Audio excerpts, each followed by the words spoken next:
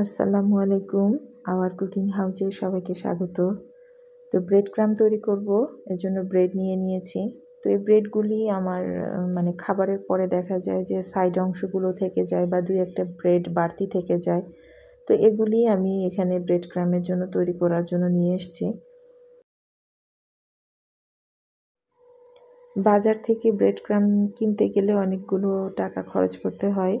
তো বাসায় এভাবে তৈরি করে নিলে আপনার টাকাটা বেঁচে যাবে এবং আপনি হেলদি প্রসেসে নিজের বাসায় তৈরি করবেন, এটাই সবথেকে বড় বিষয়। তো চলেন ব্রেড ক্রাম্বগুলো তৈরি করি। তো আমি ব্লেন্ডার নিয়ে নিয়েছি, এখন এগুলো আমি ব্লেন্ড করে নিব সব। এজন্য অল্প অল্প করে ব্লেন্ড করে নিব। ব্লেন্ড করার পর আমি এই যে কড়াই গরম করে নিয়েছি, এখন এটা আমি ভেজে নিব। তো চুলোর আঁচটা একেবারেই লো ফ্লেমে রেখে এটা আপনাদেরকে ভাজতে হবে, তা না হলে পুড়ে যাবে এবং অনবরত নাড়াচাড়া করতে হবে। নাড়াচাড়া থামানো যাবে না। যদি নাড়াচাড়া থামিয়ে দেন কোনো কারণে, অবশ্যই চুলা বন্ধ করে দিবেন, তা না হলে কিন্তু তলা থেকে লেগে যাবে।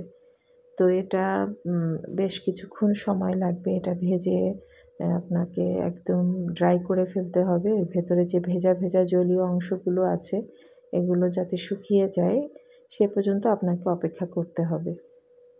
তো আমি অনবরত নেড়ে চেড়ে এটা যাতে তলানিতে না লাগে সেভাবে আমি তলা থেকেই ভালোভাবে নেড়ে চেড়ে দিচ্ছি।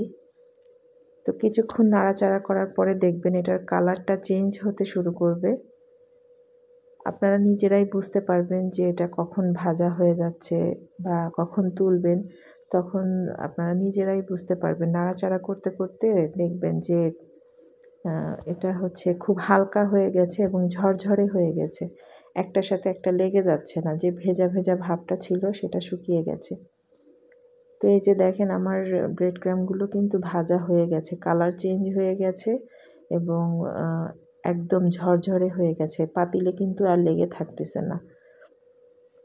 তো এরকম পর্যায়ে আসলে আপনি এটাকে নামিয়ে ফেলবেন। এই যে আমি প্লেটে উঠিয়ে নিয়েছি এবং প্রচণ্ড গরম। তো এটা ঠান্ডা হওয়ার পরে আমি একটা এয়ারটাইট বক্সে রেখে দিব। তো এই তো আমার ব্রেড ক্রাম্ব তৈরি হয়ে গেল। তো এইভাবে সবাই বাসায় তৈরি করবেন।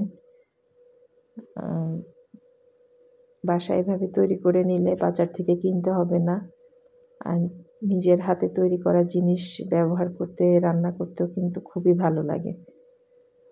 তো সবাই ভালো থাকবেন, সুস্থ থাকবেন। আল্লাহ হাফেজ।